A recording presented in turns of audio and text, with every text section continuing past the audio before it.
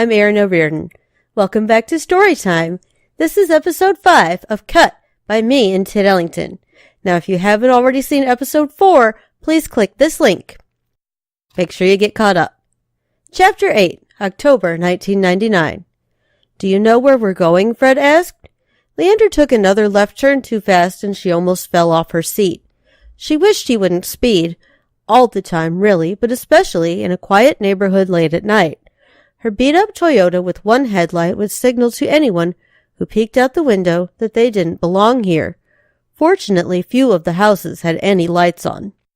He took his eyes off the road to glare at her. I've done this 1,000 times. She looked around. It doesn't seem like you know your way around. Didn't we get stuck in this cul-de-sac once before? Leander pulled into a driveway and turned around at an alarming speed. I know where it is, he said. I just missed my turn because you distracted me. Fred made a mental note. If she and Leander were going to make it as roommates, she wasn't going to let him drive her car anymore, even if he did introduce her to his dealer and get her set up with the good shit he always brought home. Leander pulled into a long driveway and parked the car. A black car and a powder blue pickup truck already sat in the driveway in front of them. The thought of company made Fred nervous. Come on, Leander pleaded. She followed Leander around the side of the house to the back door. Motion-sensing lights came on, and Fred looked around the backyard. Rows of yellow ornamental grasses stood neatly around the high wooden fence, interrupted only by 2 white metal benches that faced each other. In the front of the oak tree stood a fountain in the same white marble, the kind with the naked boys pissing that Fred always found so distasteful. The fountain was dry, but still lit from beneath with 1 blue and 1 pink light. Fred frowned, imagining the pink and blue illuminated streams of piss. Meow. Meow? This is some nice place she's got here, Fred said as Leander knocked. Leander snorted. Wait till you see the inside. Fred glanced nervously around the yard again, then back at Leander. Does it always take her so long to answer? Yeah, Leander said, when we're late. A man answered the door. He looked tall, thin, and almost as pale as Fred herself. He seemed to be about Leander's age, early 20s, just a bit older than Fred, who was only 19. His head was shaved, although he had an abundance of black eyebrows and a thin black goatee. Like Fred, he dressed all in black down to the boots. His jeans and torn t-shirt were partially covered by an open black robe. Fred found the robe a bit strange, but said nothing. Dennis, Leander acknowledged. Dennis nodded. Ava's pissed, he said. Leander shook his head. I told her I was bringing somebody. She said that was cool. It's not that. You're interrupting one of her rituals. She already rang the bell. Dennis stepped aside and let them into the house. As Fred looked around, Leander said, Shit, she didn't tell me she had a ritual tonight. I would have been here. He glanced over at Fred, busy examining a painting on the wall. They seemed to be in an entryway, what Fred's mom would have called a mudroom. She'd never imagined one so well kept. She couldn't see a speck of dirt or a messy pair of shoes anywhere. It's a Degas, she said of the painting. I think it might be original. Fred's an artist, Leander explained. I can tell, Dennis responded. He led them down a short hallway and swung open a door. They followed him into the basement. The basement consisted of 1 large room with the walls painted black. It had windows, but cardboard had been taped over them, so the only light came from the rows and rows of candles on narrow tables that lined 2 of the walls. In the dim light, Fred could see the only other furniture included a set of 3 yellow couches arranged in a wide U shape and a black table shaped like a 5-pointed star. Pizza boxes, a bottle, and a copper cowbell sat on the table. The candlelight illuminated 2 posters, both of a goat-legged horned figure that Fred recognized as the devil. If this was some goth kid's idea of decor, Fred had seen worse. At least there weren't gargoyles mounted on the walls and tacky candle holders shaped like human skulls. She stepped closer to the shadowy figures gathered at the far end of the room. 3 men stood in a circle, all wearing black robes. One of them was tall and skinny like Dennis. Fred thought she recognized him as one of the underclassmen at her old high school, but it was hard to tell with his head shaved. The others were older, possibly in their 30s. One was very fat and grinned at Fred until she felt icky inside. The other was brawny and had a coiled snake tattooed on his bare head. Fred figured the woman, who wore a purple robe and had an angry scowl on her face, must be Ava. Ava apparently was not required to shave her head. Her hair was blonde with purple streaks that matched her robe. Her face looked pretty, but her features were hard. Fred thought of Marlena Dietrich. Leander picked up a black robe from a pile as he passed the yellow couches. He picked up a purple robe and tried to hand it to Fred, but she refused. "Hell no," she said. "This is getting too weird. Let's get out of here." Leander grabbed Fred by the forearm and jerked her toward him. "For Christ's sakes, Fred, be cool. I promise you it'll be worth the trouble." She stared into his deep brown eyes, wondering if she could detect the truth in them. Not that it mattered. If what Leander had told her was true, Ava had great connections. This was Fred's one chance to be done with common street scag once and for all. She pushed up the sleeve of her sweatshirt and ran her fingers in between the sores. "Okay," she said, "but I'm not sacrificing any small animals." She clutched at the crucifix that hung from her neck. "Hey," a woman's voice intoned. Fred automatically looked at Ava, but the voice came from lower. Down on the floor, in fact. "That's my robe, Leander. I don't want that whore wearing it." Dennis stepped aside, and Fred saw the speaker was a reed-thin teenage girl with long, red-brown hair. She had been lying face up on the carpet, her knees bent, with a black candle burning in each hand. She sat part way up as she spoke.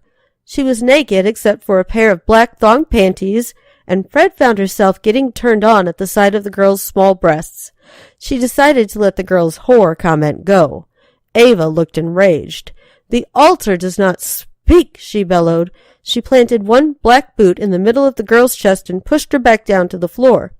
She turned to Leander and Fred, pointing one long, glossy black fingernail at them. "We must complete the ritual. Sit your asses down on that couch and don't make a sound until we're finished." Fred and Leander sat down. He opened the nearest pizza box and frowned when it was empty. Ignoring Eva's instructions, he leaned in and whispered in Fred's ear, "I think we missed the best part." "Don't tell me you actually participate in this satanic shit," Fred whispered back. Leander shrugged. "Why not?" He reached for the whiskey bottle in the middle of the table. Finding a clean, red cup, he poured himself a drink. He offered the bottle to Fred, but she refused. "Because these people are evil, Leander.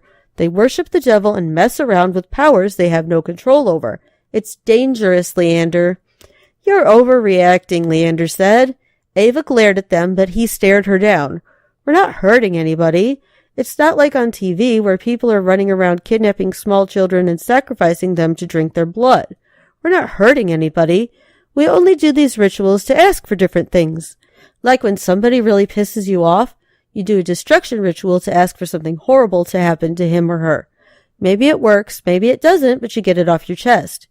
I don't think anybody here really even believes in the devil.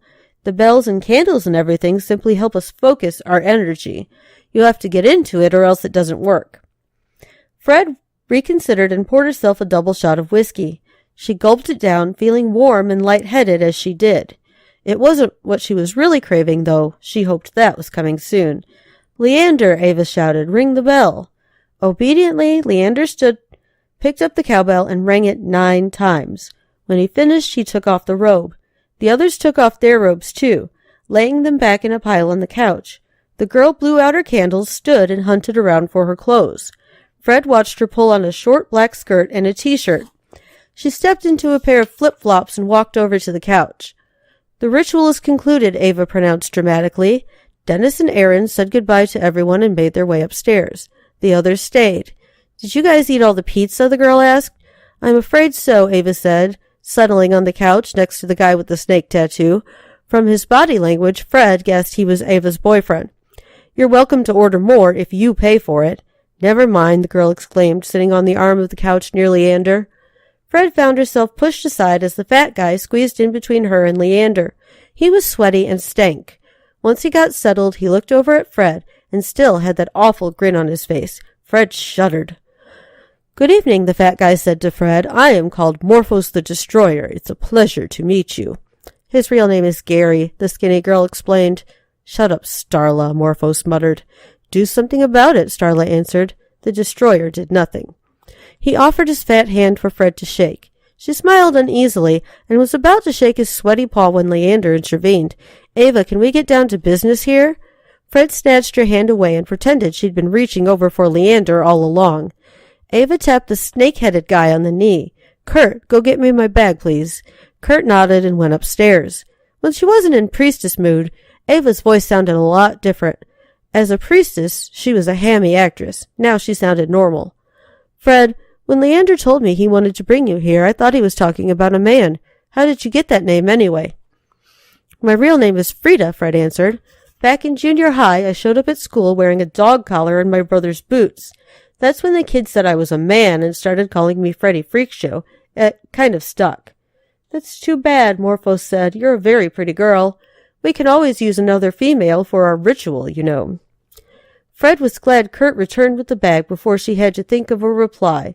The bag was actually more of a backpack, the kind a camper would use. Ava turned sharply to Leander and said, Money. Leander reached into his back pocket and pulled out a wad of bills. Ava counted the money and handed it to Kurt. She unzipped the backpack and pulled out 2 small plastic bags of white powder. Leander squealed with mock glee. This is powerful stuff, Ava said. It's a whole hell of a lot better than what you're used to, so be careful. You'd better let Leander shoot you up the first time and watch how much he uses. Kurt set a candle in the middle of a star-shaped table. Fred reached into her purse and found her junkie works. She switched places with the fat guy.